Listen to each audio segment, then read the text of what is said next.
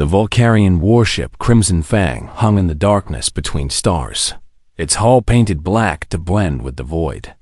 Inside the command center, Admiral Dexner watched his crew prepare the trap with practiced ease. They had done this 43 times before. 43 species had fallen for their trick. 43 times, they had grown richer and stronger. "Is the distress beacon ready?" Dexner asked, his 3 eyes gleaming with anticipation. "Yes, Admiral," replied the communications officer. "We have recorded crying sounds. We added the voices of children begging for water. We made the life support systems sound like they are failing. It is perfect." Dexner leaned back in his chair, satisfied. The Vulcarian Empire had turned deception into an art form. Other species fought wars to gain resources. They spent lives and ships in direct combat. But the Vulcarians were smarter. They let their prey come to them, driven by the one weakness that seemed universal among spacefaring species. Compassion. The strategy was elegant in its cruelty. They would find a new species, one that had just started exploring the stars. They would study their culture and find what made them care. Then they would broadcast a distress signal designed to pull at every emotional thread. When the rescue ships arrived, they would find not refugees, but a fleet of warships waiting to destroy them. "Tell me about these humans," Dexner said, pulling up the intelligence reports on his display. The tactical officer brought up images of Earth, a blue and green planet, mostly covered in water. "They are a young species, Admiral. They only achieved faster than light travel 8 years ago. They have established 3 colony worlds and maintain a small defense fleet." "Small and inexperienced," Dexner said with approval. "Perfect prey. There is something unusual about them," the officer continued. "They have a very strong response to distress calls. Their history shows they have laws requiring ships to help others in danger. They call it maritime law, something they carried from their ocean vessels into space." Dexner's eyes brightened. This was even better than he had hoped. A species with an actual obligation to respond to distress calls would send help without question or hesitation. "What about their military capability?" he asked. "Limited. Their ships are functional but not advanced. They use primitive kinetic weapons alongside basic energy shields. Our fleet will outnumber them at least 4 to 1. Standard doctrine says they will surrender immediately when they see our forces." The Admiral stood and walked to the viewing port.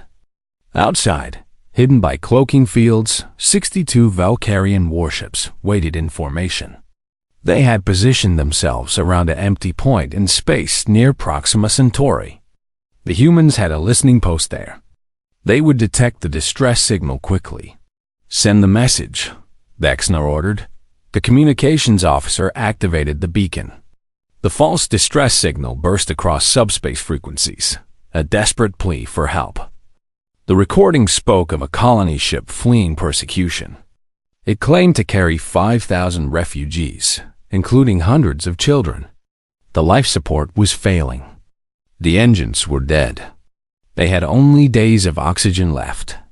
"Please, anyone who could hear this, please help them."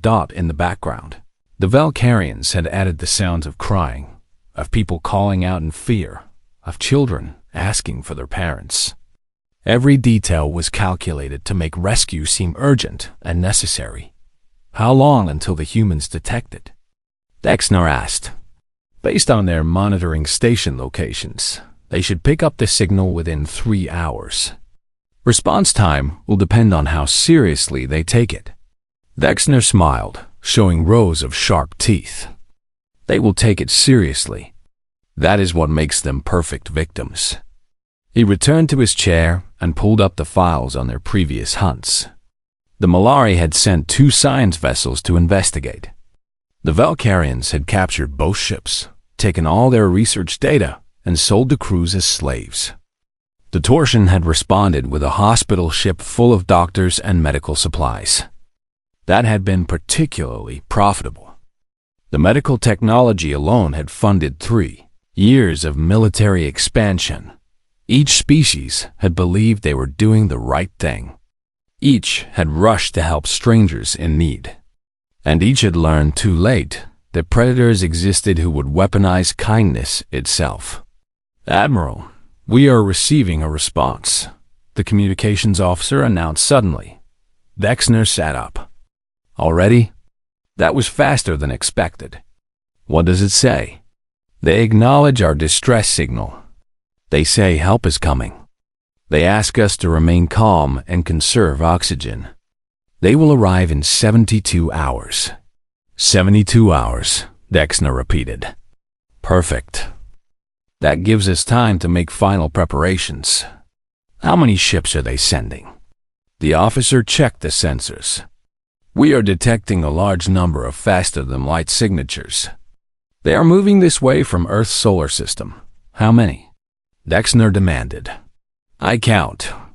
17 ships, Admiral. That is much more than we expected. Dexner frowned.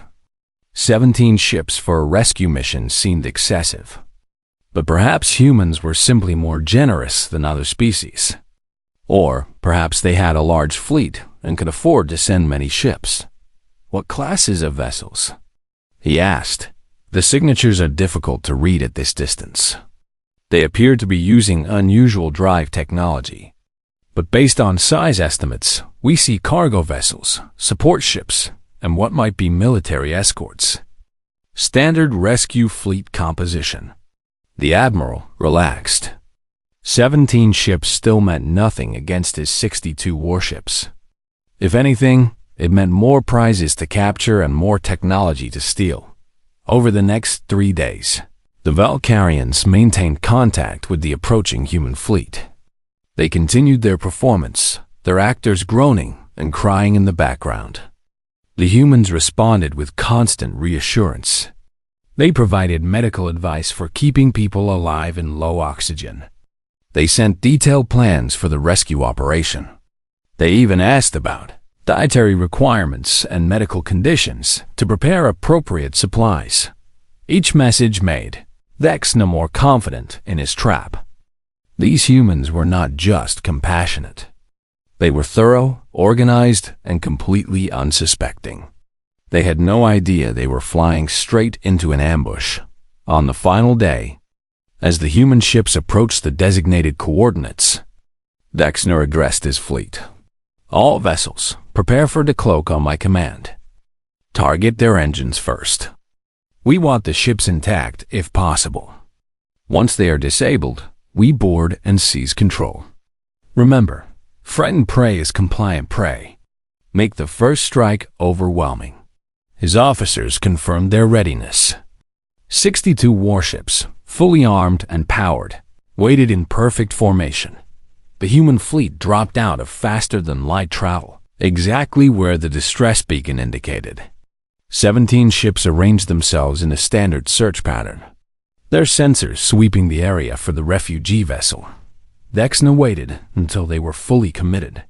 Surrounded by his hidden fleet, then he gave the order. All ships, decloak. Show these humans what it means to be prey. Commander Sarah Chung stood in the Deep Space Monitoring Center in Geneva, staring at the signal that had just appeared on the main display. Around her, technicians worked frantically to analyze every aspect of the transmission. The message was clear and heartbreaking. Thousands of refugees, dying in space, begging for help. Run it again, she ordered. The audio played once more. The desperate voice pleading for aid, the sounds of suffering in the background, the technical details of their failing systems. Chung closed her eyes and listened carefully. Something about it felt practiced, almost too perfect. But that might just be her cynicism speaking. Real distress calls could sound rehearsed when people were reading from emergency protocols. What do we know about the source? She asked. Lieutenant Park pulled up the analysis. The signal originates from the Proxima system, approximately 4 light-years from Earth. The linguistic patterns match no known species in our database. They claim to be fleeing persecution, but do not name their persecutors or their homeworld. Life signs? Unable to confirm. The signal is audio only, transmitted via subspace beacon. If there is a ship there, it is either powered down or using stealth technology. Chun walked to the display and studied the coordinates. Proxima Centauri was close, within easy reach of their fleet. But it was also isolated, far from normal shipping lanes. An ideal location for an ambush dot. She had been in fleet command for 12 years. Before that, she had served on rescue vessels for 8 years. She knew the calculations that went through every captain's mind when they heard a distress call. The need to help warred with the need to stay safe. Most of the time, the need to help won. But Sarah Chun had learned to be careful the hard way. 17 years ago, her younger sister had been on the colony ship Distant Hope when it suffered a catastrophic failure.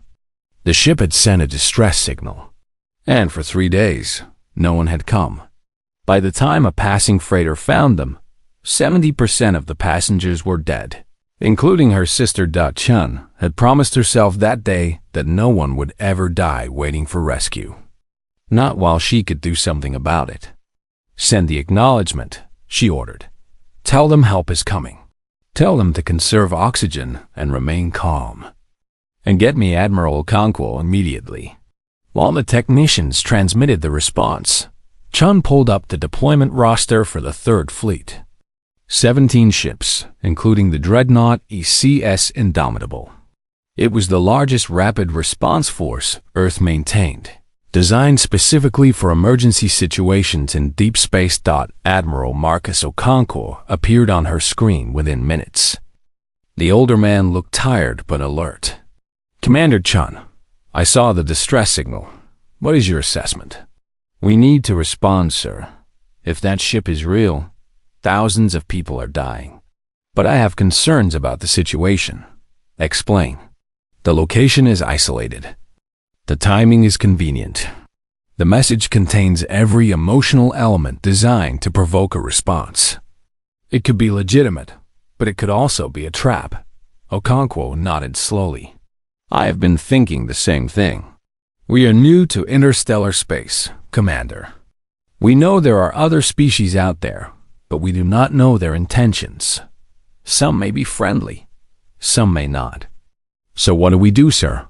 We respond, Okonkwo said firmly. We respond because that is what we do. But we respond prepared for the worst. I am authorizing deployment of the entire Third Fleet under your command.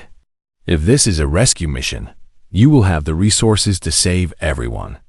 If this is a trap, you will have the firepower to handle it. Chun felt the weight of command settle on her shoulders. 17 ships, 3,000 crew members. The responsibility for all of them was now hers. Rules of engagement, sir? Protocol Tartarus is authorized if you determine hostile intent. But Commander, make absolutely certain before you invoke it. We do not want our first major contact with an alien species to be a war crime. Understood, sir. We deploy in 6 hours. The next 6 hours were controlled chaos. The Third Fleet had been on standby, but moving from standby to deployment still required enormous coordination. Supplies had to be loaded, crews had to be briefed, weapons had to be armed and tested. Chun walked through the docking bay of the Indomitable, watching cargo drones load massive containers into the hold. Food, water, medical supplies, temporary shelter modules, oxygen generators. Enough to sustain 10,000 people for 6 months. If the refugees were real, Earth would not let them suffer. Dr. James Morrison found her near the medical bay. The chief medical officer carried a tablet listing his team's preparations.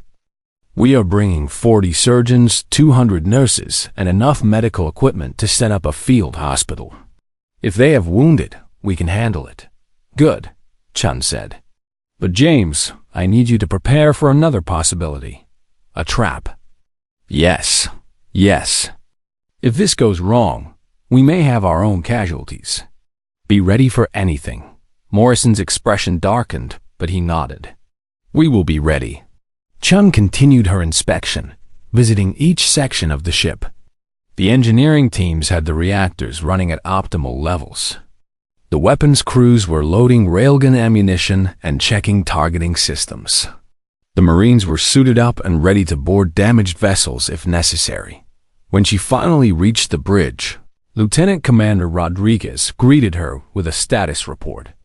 All ships report ready for departure, Commander. We can leave on your order. Chun took the captain's chair and looked at the main view screen. In the display, she could see the other 16 ships of the fleet arranged in formation. Destroyers, cruisers, supply vessels, hospital ships. Every one of them carried people who had volunteered to risk their lives to save strangers. Send a final message to the distress beacon, she ordered. Tell them we are coming. Tell them to hold on. Tell them Earth has heard their call. As the message transmitted, Chun reviewed the tactical data one more time. If this was an ambush, the enemy would likely have superior numbers and position. They would expect the human fleet to be lightly armed and unprepared for combat. They would think compassion meant weakness. They would be wrong. Earth had learned its lessons in blood over thousands of years of history. The species that survived were not the strongest or the smartest. They were the ones who learned to balance kindness with strength, to offer help with one hand while keeping a weapon ready in the other. The third fleet carried enough medical supplies to save a colony. It also carried enough firepower to crack a planet. All ships, this is Commander Chun, she announced across the fleet-wide channel. We are responding to a distress call from unknown parties claiming to need rescue. Our mission is to save lives. But we do not know what we will find when we arrive. Stay alert, stay ready, and remember your training. She paused, thinking of her sister, thinking of all the people who had died waiting for help that never came. If there are people in trouble, we will bring them home.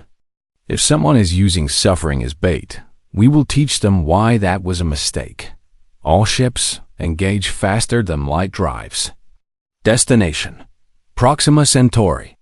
The Indomitable's engines hummed as the ship accelerated. Around them, the other 16 vessels matched their speed.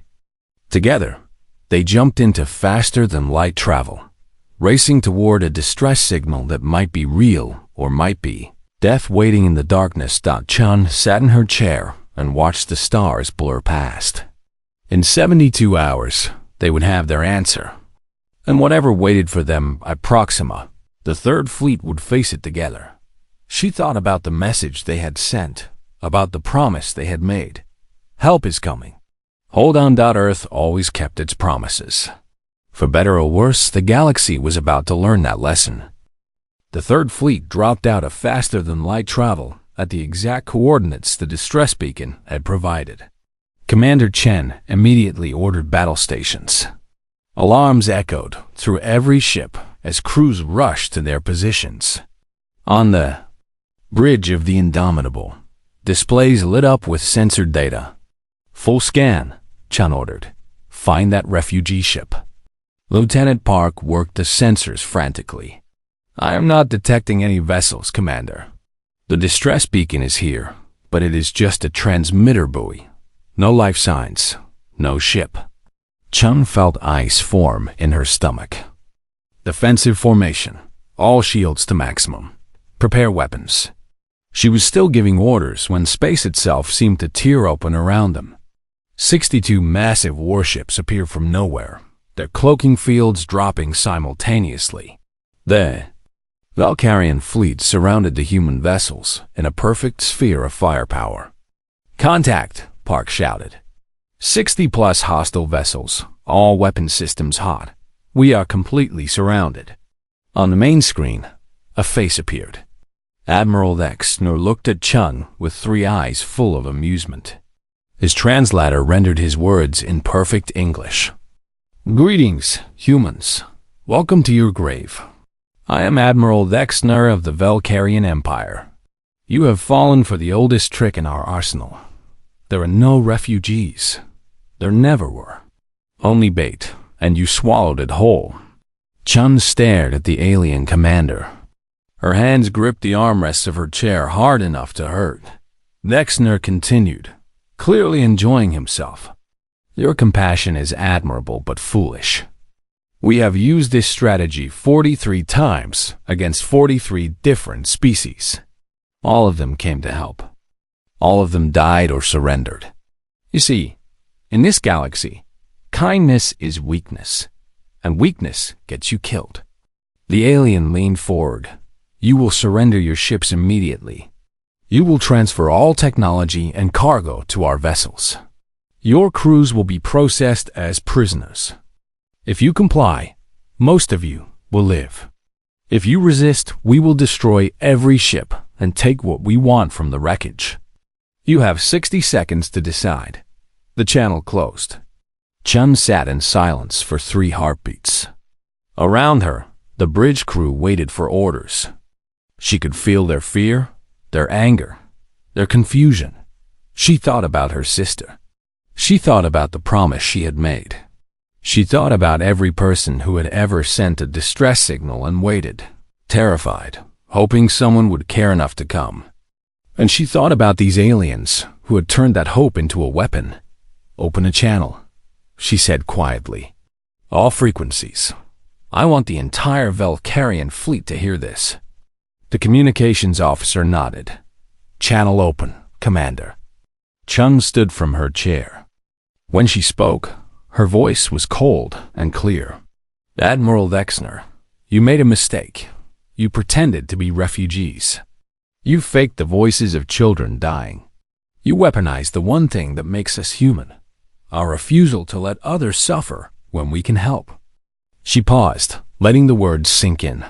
That was your mistake. She cut the channel. Commander? Rodriguez asked. What are your orders? Chun turned to her tactical officer. Lieutenant Park, transmit activation code Tartarus to all ships. Authorization Chun 77 Delta. Park's hands hesitated over his console. Commander, that is. Are you certain? Do it. The lieutenant entered the code. Across the fleet, every human ship received the same message. Protocol Tartarus was active. The rules of engagement had changed. Chun sat back down and pulled up the tactical display. Lieutenant Rodriguez, target their command ship. Spinal railgun, maximum charge. Spinal railgun charging, Rodriguez confirmed. 30 seconds to full power. Dexner's face appeared on the screen again. He looked annoyed. Your time is up, human. Surrender or die. Fire, Chun said. Thought the Indomitable's main weapon was a railgun that ran the entire length of the ship. Powerful electromagnetic coils accelerated a 2-ton tungsten rod to 15% of light speed. The projectile left the barrel in absolute silence. The Valkyrian sensors detected it 1 second before impact. Not nearly enough time to react. The tungsten rod hit Dexner's flagship dead center. The kinetic energy of a 2-ton mass moving at 45,000 kilometers per second exceeded most nuclear weapons. The flagship did not explode. It simply ceased to exist as a ship and became a rapidly expanding cloud of superheated gas and debris. The rod continued through the wreckage, still carrying most of its energy.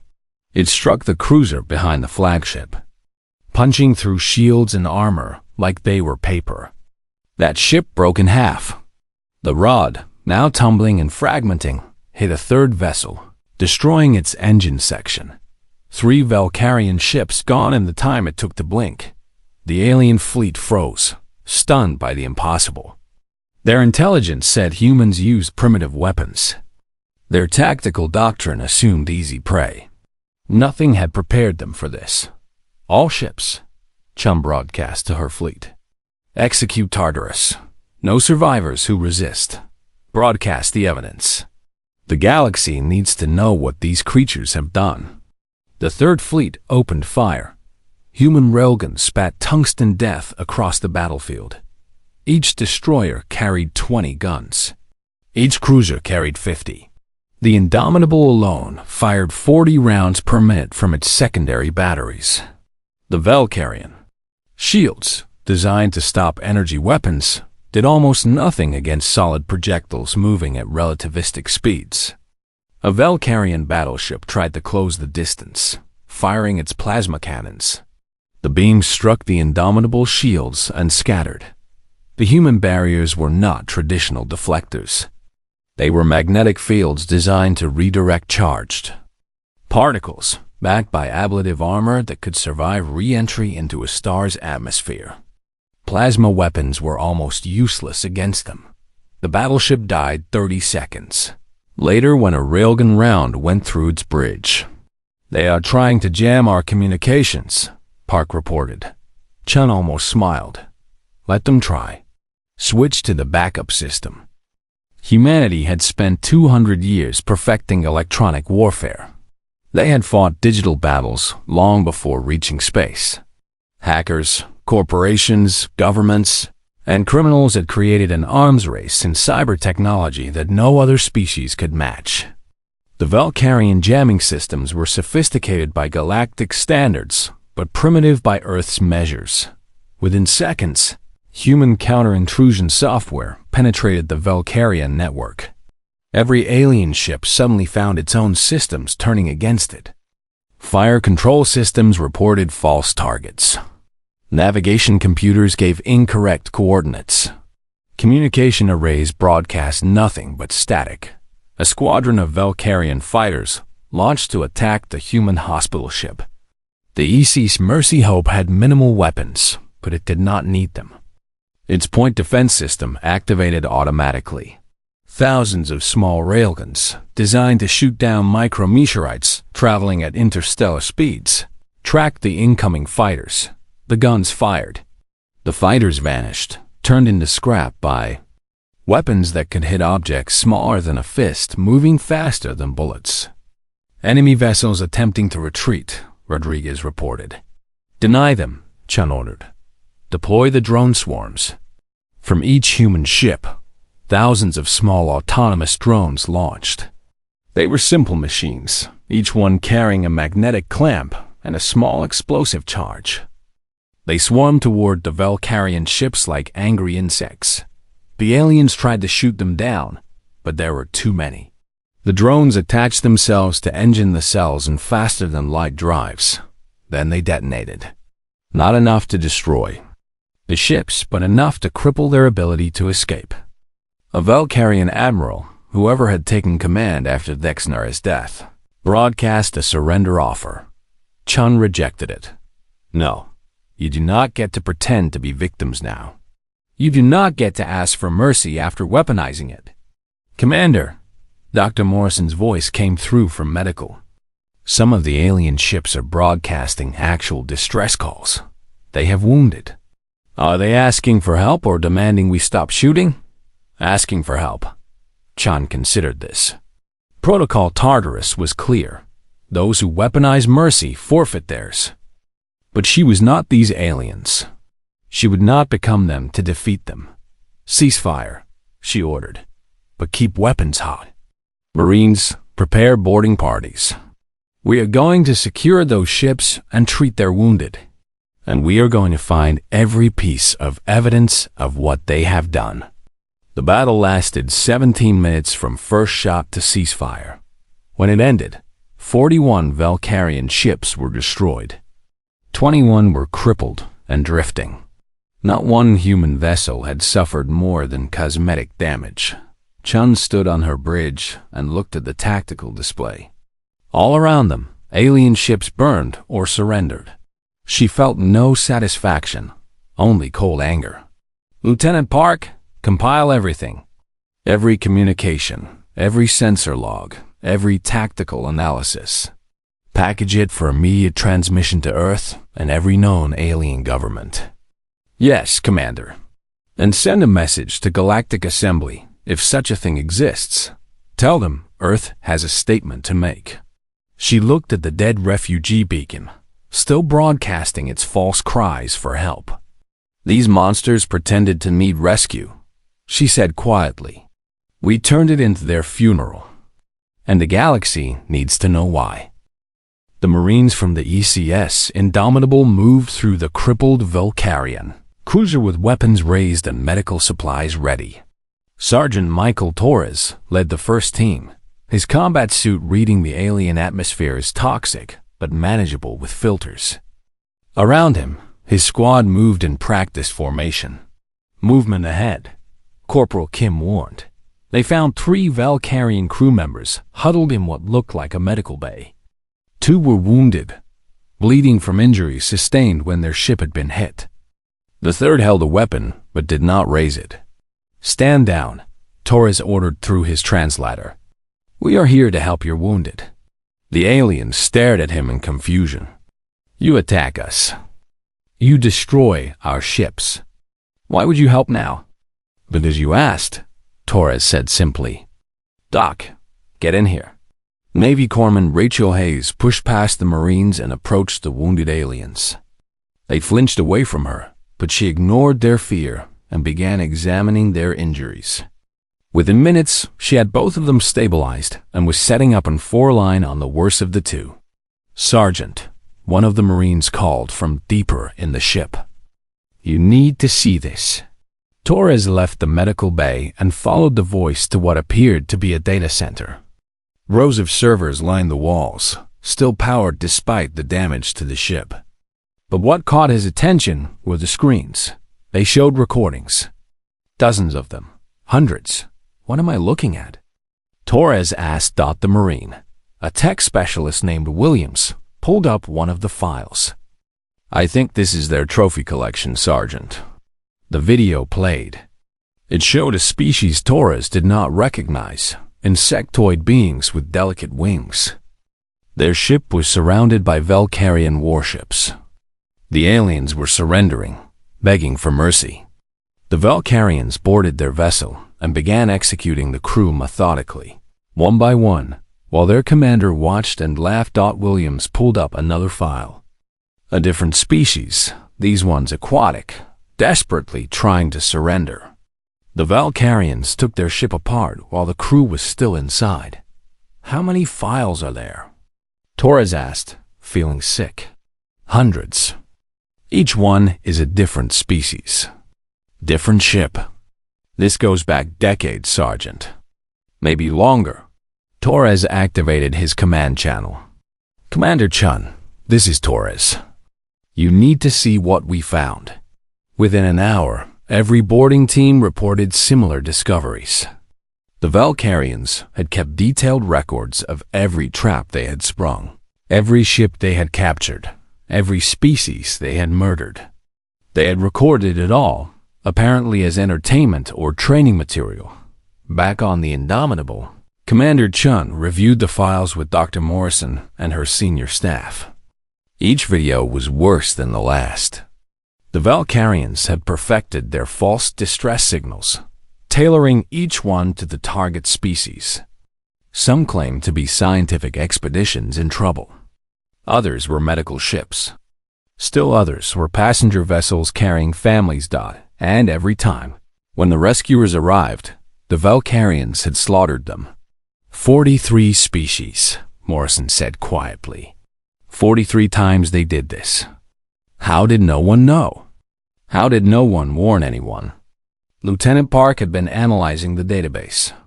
Because they made sure there were no survivors. Every ship they captured, every crew member they took prisoner, they either killed them or sold them as slaves to isolated markets. No one escaped to tell the story. Chun felt rage building inside her. These were not warriors. They were not even pirates. They were predators who had found the perfect hunting strategy and used it until it became routine. "Commander, we have a communication from Earth," the communications officer announced. "Admiral Okonkwo wants a full report." Chem compiled the battle data, the casualty figures, and most importantly, the evidence they had found. She transmitted everything to Earth, knowing it would take hours for the signal to arrive. But she also prepared a second transmission. This one was broadcast on all known frequencies, unencrypted, meant for anyone who could receive it. "This is Commander Sarah Chun of the Earth Coalition ship Indomitable. broadcasting to all spacefaring civilizations. We responded to what we believed was a distress signal from refugees in need. Instead, we encountered the Valkyrian Empire, who had created a false emergency as a trap. She paused, choosing her words carefully. Every phrase would be analyzed by alien species across the galaxy. The Valkyrian strategy was sophisticated and cruel. They studied their targets, created false distress signals designed to provoke a compassionate response, and then ambushed any ship that came to help. According to the evidence we recovered from their vessels, they have used this method successfully against 43 different species over several decades. Chan pulled up one of the videos.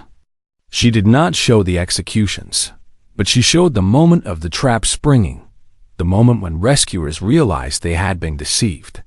We are transmitting the complete database we recovered. It contains the identity of every species the Valkyrians targeted, the composition of each trap, and the fate of the crews who responded. We are also transmitting the coordinates of 12 suspected slave markets where captured crews may have been sold. She let that information sink in for a moment. Humanity is new to interstellar space. We did not know these threats existed. We came to the stars hoping to find friends and allies. We built our ships to explore and protect. But we also came prepared. The screen switched to show the battlefield, the burning Valkyrian ships, the evidence of the brief, brutal fight. Earth is a saying, "Fool me once, shame on you. Fool me twice, shame on me." The Valkyrians will not fool anyone again. Of their 62 ship fleet, 41 are destroyed. 21 are captured. Their crews are being taken as prisoners of war and will be delivered to whatever authority the Galactic community designates. Chum stood from her chair and looked directly into the camera. To any species who has lost people to this strategy, Earth offers its condolences and any assistance we can provide. To any species considering similar tactics, Earth offers a warning. We respond to every distress call. We take every cry for help seriously. But if you weaponize our compassion, you will discover that humans are very good at war. We have spent 10,000 years perfecting it. She signaled to cut the transmission, but Morrison spoke up. "Commander, there is something else. We found genetic samples. The Valkyrians were keeping DNA from the species they captured. We could identify the victims, maybe even find surviving family members."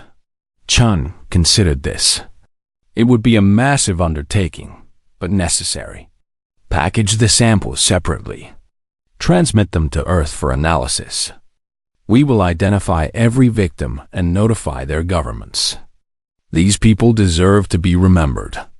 Over the next several hours, the Third Fleet worked systematically through the captured Valkyrian vessels.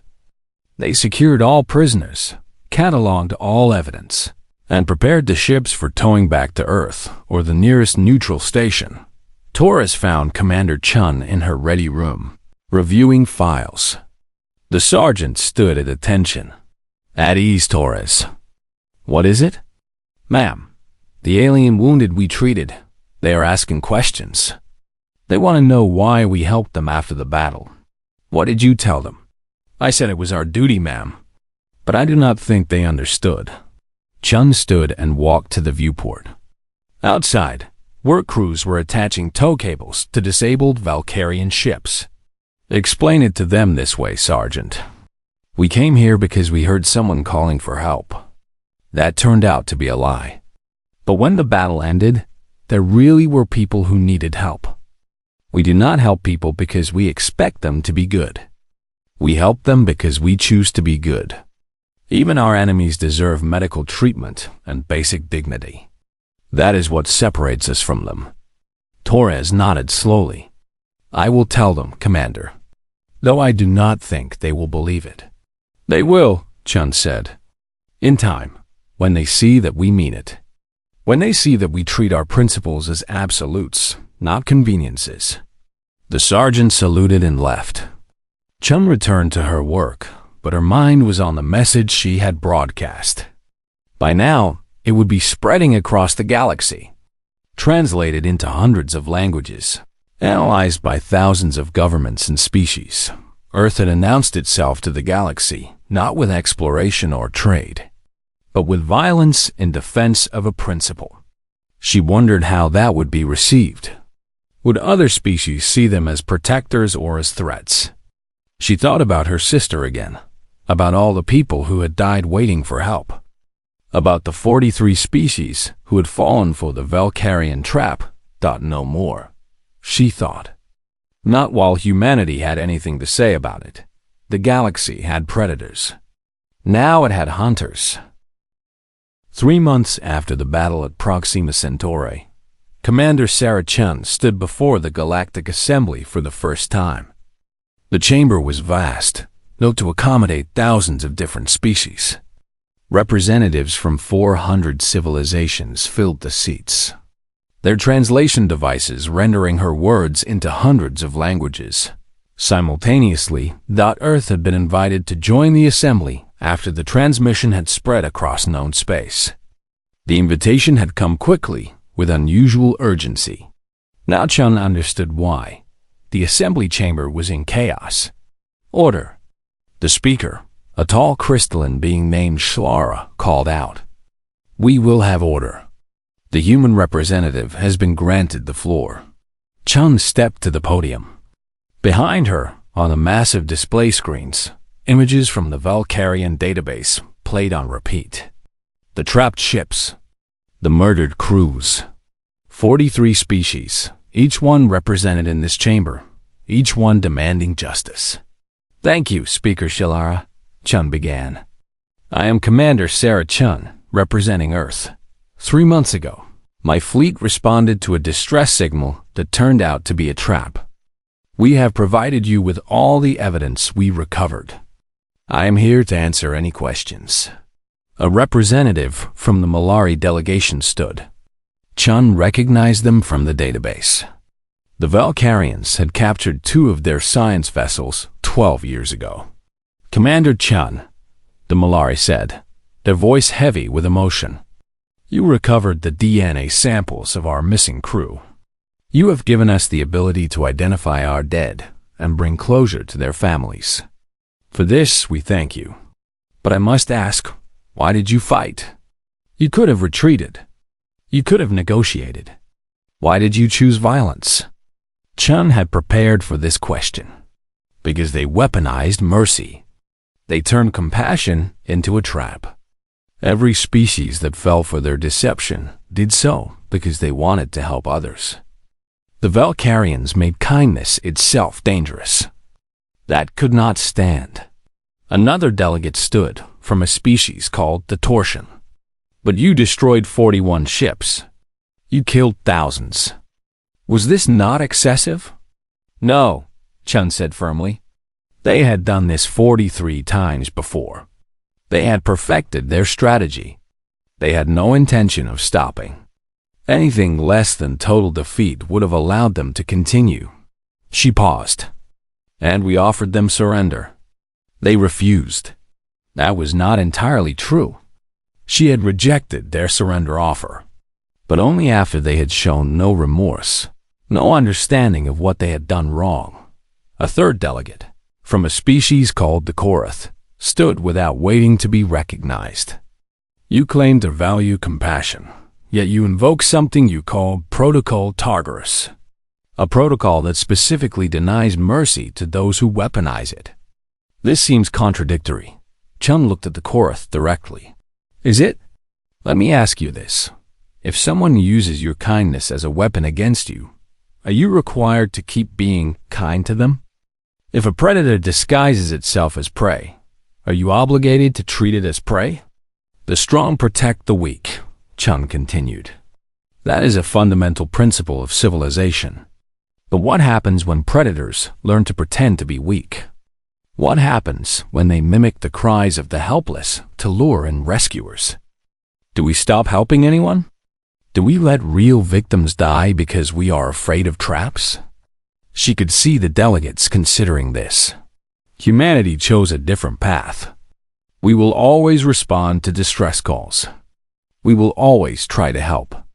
But we will come prepared to fight because we know monsters exist. And if someone uses suffering as bait, we will make sure they regret it. Speaker Shlara spoke up. Commander, the Assembly has reviewed your actions and the evidence you provided.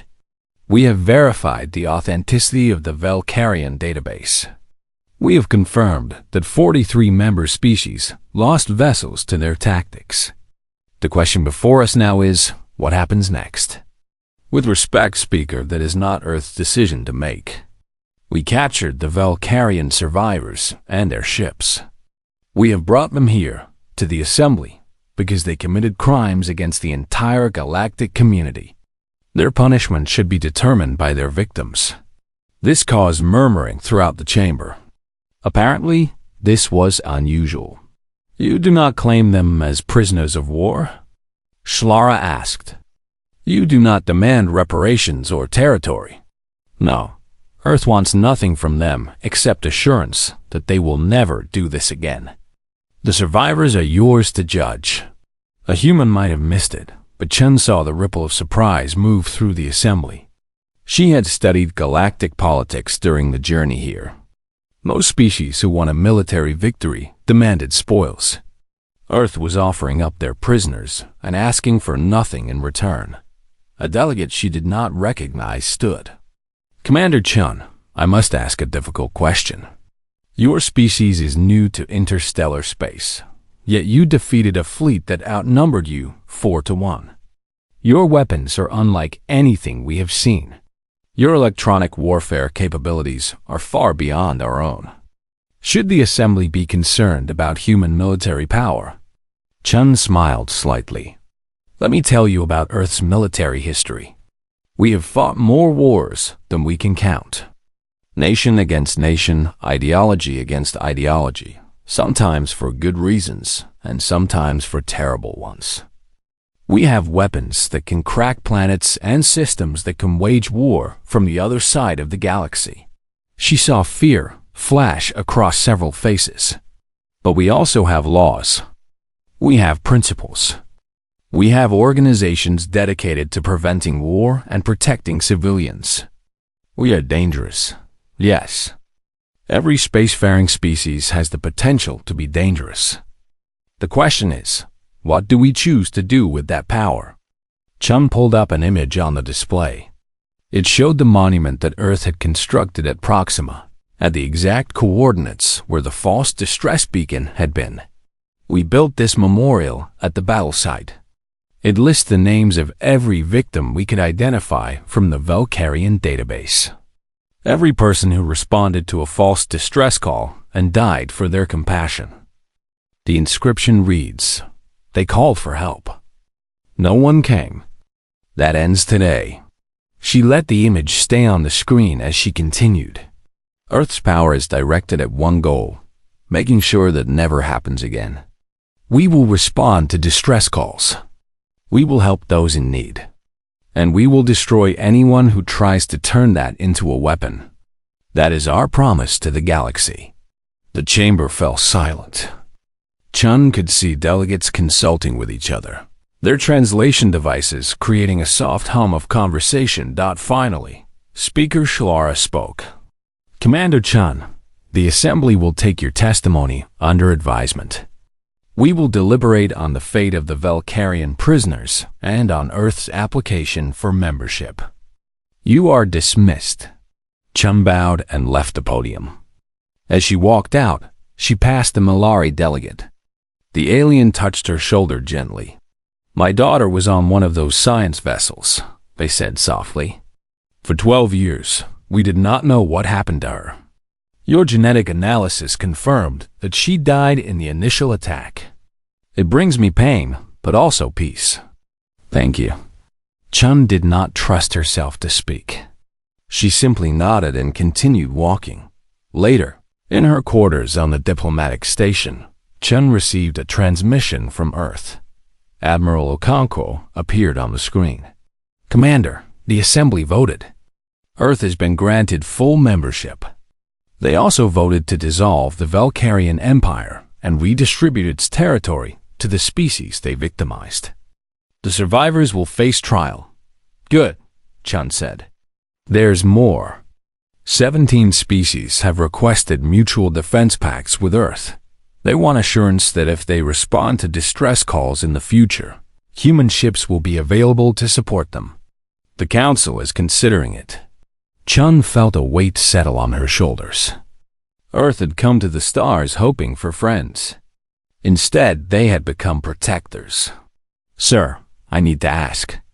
Did we do the right thing? Protocol Tartarus, the battle, all of it. Did we make the right choice? Okonkwo was quiet for a moment. Commander, before you destroyed that Valkyrian fleet, false distress signals were a common pirate tactic. 47 different criminal organizations used variations of it. In the 3 months since your transmission, that number has dropped to 3. And those 3 have announced they are stopping the practice. Why? Chun asked. Because every one of them received the same message from species across the galaxy. The message said, if humans hear your signal, they will come, and they will turn your trap into your grave. Apparently, no one wants to risk it. Chun absorbed this. So we scared them into stopping. You made compassion dangerous to weaponize. You changed the equation. Now predators have to consider whether their prey might have human allies. That alone has saved lives. After the call ended, Chun stood at her window and looked out at the stars. Somewhere out there, real distress calls were being sent. Ships in genuine trouble, colonies facing disaster, people who needed help. And now, because of what happened at Proxima, more of those calls would be answered. Because species were less afraid of traps. Because predators were more afraid of consequences. She thought about her sister one more time. About the 3 days she had waited for rescue that never came. I kept my promise, Chun whispered to the stars.